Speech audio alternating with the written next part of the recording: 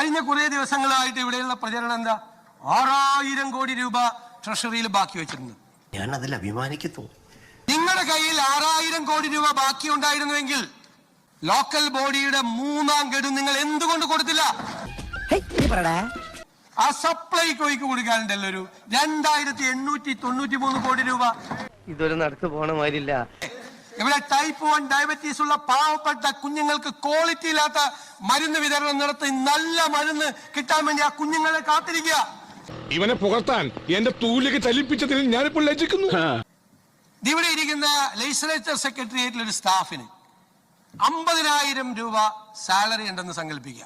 ആൾക്ക് 25,000 രൂപ പലചരക്കടയിൽ കൊടുക്കണം ശമ്പളം കിട്ടുമ്പോൾ. പുള്ളി പലചരക്കടയിൽ കൊടുക്കുന്നില്ല, അത് പോക്കറ്റിൽ വെക്കുന്നു. പാല് മേടിച്ച കാശ് കൊടുക്കുന്നില്ല, പത്രക്കാരന്റെ കാശ് കൊടുക്കുന്നില്ല. നമ്മളെയാണല്ലോ മച്ചമ്പി. എന്നിട്ട് ഇദ്ദേഹം പറയാണ് എന്റെ പോക്കറ്റിൽ 50,000 രൂപ ബാക്കിയുണ്ട്. കാര്യം മനസ്സിലായില്ല? ഇതാണ് സാമ്പത്തിക അവസ്ഥ. നല്ലോണം കിട്ടിയോ? സാമാന്യം ഭേദപ്പെട്ട രീതിയിൽ.